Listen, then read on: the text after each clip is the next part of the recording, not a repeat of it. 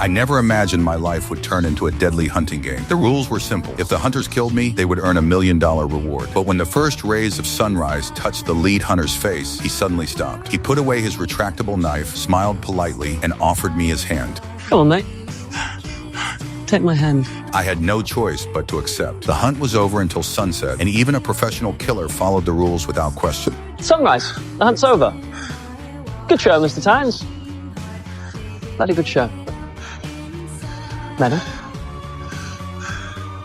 He walked away as if nothing had happened, while I was left shaking in fear. The nightmare wasn't over. A tracking device attached to me automatically revealed my location to the hunters every hour. No matter where I ran, they would always find me. As soon as night fell, the same hunter tracked me to a public restroom. Instead of attacking immediately, he calmly fixed his suit and adjusted his appearance. He cared as much about elegance as he did about the rules. Only after he was satisfied did he kick open the restroom stall. I refused to give up. The moment he stepped inside, I slammed into him and knocked him to the ground. Instead of getting angry, he simply smiled, completely confident that I couldn't escape forever. It had all started a few days earlier. I was just an ordinary office worker when I suddenly collapsed in the street. After a full medical examination, the doctor told me I had a brain tumor and only 3 months left to live. The news crushed me. I had recently gotten married and my wife was pregnant. I couldn't bear the thought of leaving her and our unborn child with nothing. Then I remembered Miles Sellers, who had once mentioned a way to earn a huge amount of money quickly. He offered me a place in a deadly hunting game. If I survived for 24 hours, I would win $1 million and the prize would increase with every hour I stayed alive. Believing I had nothing to lose, I said goodbye to my pregnant wife and met him at a cafe early one morning. The game began immediately. Every 60 minutes, my location would be sent to 5 professional hunters hiding among ordinary people. I also had to stay inside the city. Leaving the area meant being hunted without end. From that moment, I trusted no one. Every stranger looked like a killer. I kept hiding, blending into crowds of sports fans, crawling into a car trunk, and using every trick I could think of just to stay alive. After 12 exhausting hours, something didn't make sense. I had been running non-stop, yet I hadn't experienced a single symptom of a brain tumor. I rushed back to the hospital for another examination. The result changed everything. I was perfectly healthy. Only then did I realize it had all been a lie. Miles Sellers had invented the fake diagnosis as part of a massive scheme worth billions of dollars. Even worse, he had promised me only a tiny fraction of the money. By then, it was too late to quit. He had kidnapped my wife and threatened to kill her if I refused to continue. The only way he could collect the full reward was if I died. That mistake awakened something inside me. Instead of hiding, I started exposing my own location. Using my knowledge of the city, I turned the tables and began eliminating the hunters one by one. The fight pushed me to my physical limit and I was barely able to keep going. Then, at the final moment, the last hunter made an unexpected choice. Rather than finishing me, he walked away. Seeing how desperately I was fighting for my wife, he decided I deserved to live. I survived the 24-hour hunt, rescued my wife, and finally escaped the nightmare.